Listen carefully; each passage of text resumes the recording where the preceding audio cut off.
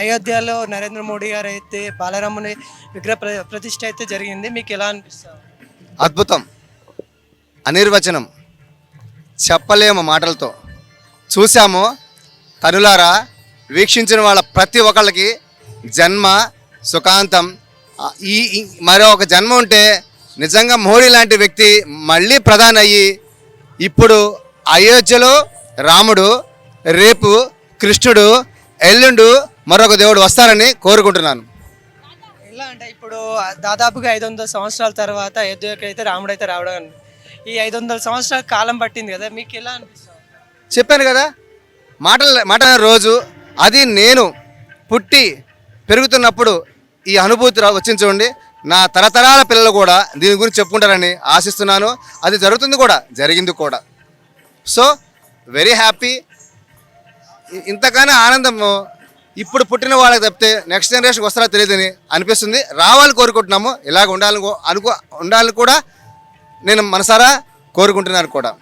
ఈ రామ మందిరం మీద కూడా కొంతమంది అదేంటే రాజకీయం చేస్తూ ఉన్నారు కదా, వాళ్ళకి ఏం చెప్పాలి? రాజకీయం చేసేవాళ్ళు చేస్తూనే ఉంటారండి. రాజకీయం చేశారే కదా రాజకీయం అంది.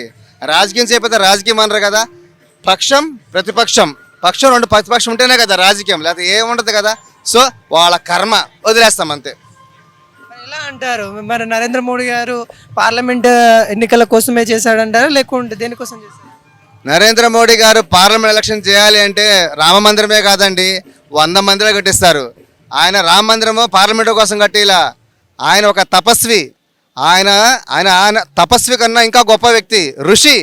చెప్పుకుంటూ పోతే నరేంద్ర మోడీ గారి గురించి 100 చెప్పుకోవచ్చు. సో ఒక పనే చేశారు, ఇంకా చాలా చేస్తారు. ఎలక్షన్లు వేరు, రామ మందిరం వేరు. అది తెలుసుకోమని చెప్పండి అందరికీ, ఆ ప్రతిపక్షాలకు కానీ అనుకునే వాళ్ళకి. ఈరోజు చూస్తున్నట్టయితే ప్రపంచం మొత్తం ఒకసారి ఇటు చూసే పరిణామాలు అయితే వచ్చినాయి. అంటే భారతదేశ అయోధ్య సైడ్ చూసే పరిణామాలు అయితే వచ్చినాయి. అది నరేంద్ర మోడీ వల్లనే అంటారా?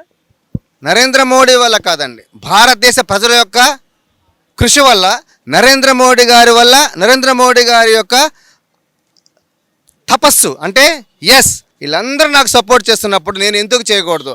అందరూ భారత ఔన్నత్యం కోసం, హిందుత్వం కోసము, సనాతన కోసం ప్రయత్నం చేస్తున్నప్పుడు నేను వాళ్ళకు సపోర్ట్ చేసి నేను చేయాల్సింది చేయాలి అన్నట్టుగా అందరితో కలిసి అందరిని ఒప్పించి నొప్పించకుండా చేసిన వ్యక్తే నరేంద్ర మోడీజీ.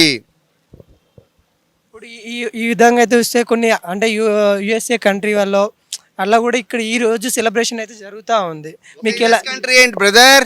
ప్రపంచ కంట్రీలు అందరూ జై శ్రీరామ్ అంటున్నారు. హిందూ ముస్లిమ్సే కాదు, వేరే కంట్రీలో కూడా జై శ్రీరామ్ అన్నట్టుగా తయారు చేశారు నరేంద్ర మోడీజీ. ఇది అంత ఈజీ కాదు. ఇది ఒక వ్యక్తి ఒక శక్తి రెండు కలిస్తేనే అక్కడ వ్యక్తి కలిస్తేనే అక్కడ ప్రజాశక్తి అయింది. ఆ ప్రజాశక్తే జై శ్రీరామ్ అనే మాట ప్రతి క్షణం అనుక్షణం చెప్తున్నారు. కాబట్టి జై మోడీ జై శ్రీరామ్ అనే నినాదం పెరుగుతుంది అక్కడ. ఈ సందర్భంగా ఏం చెప్పదలుచుకున్నారు అంటే భారతదేశ ప్రజలకు కానీ లేకుంటే హిందూస్ కానీ అందరికీ ఏం చెప్పదలుచుకున్నారు? భారతదేశ ప్రజలకు కానీ, భారతదేశం కాని ప్రజలకు కానీ, ప్రతి దేశంలో ఉన్న భారతీయులందరికి కానీ, ప్రతి దేశంలో ఉన్న ప్రజలకు కానీ చెప్పదలసింది ఒకటే: భారతదేశాన్ని చూసి నేర్చుకోండి, మోడీ గారిని చూసి అతన్ని ఫాలో అవ్వండి నేను చెప్పదలుచుకున్నా. ఎందుకంటే ఆయన ఒక దేశానికి ప్రధానేమో, ప్రతి దేశానికి ఆయన ఈరోజు ఒక మెంటర్. అంటే నేనున్నాను, నేను చెప్పింది చేయండి అంటలేదు, ఇలా చేయండి అని చెప్పే దిక్చూచి, దట్ ఈజ్ నరేంద్ర మోడీజీ. ఏదైతే రాముడి జీవితంలో ఆ వ్యత్యాసం అవన్నీ, రాముడి జీవితంలో ఉన్న ఆ నీతి ఏదైతే ఉందో మానవాళికి ఎలా ఉపయోగపడుతుంది? మానవాళికి ఎలా ఉపయోగపడుతుందని కనులారా చూస్తున్నారు కదండి. ఇగో జనాలు చూడండి తమ్ముడు, ఆ జనాలు చూపించు.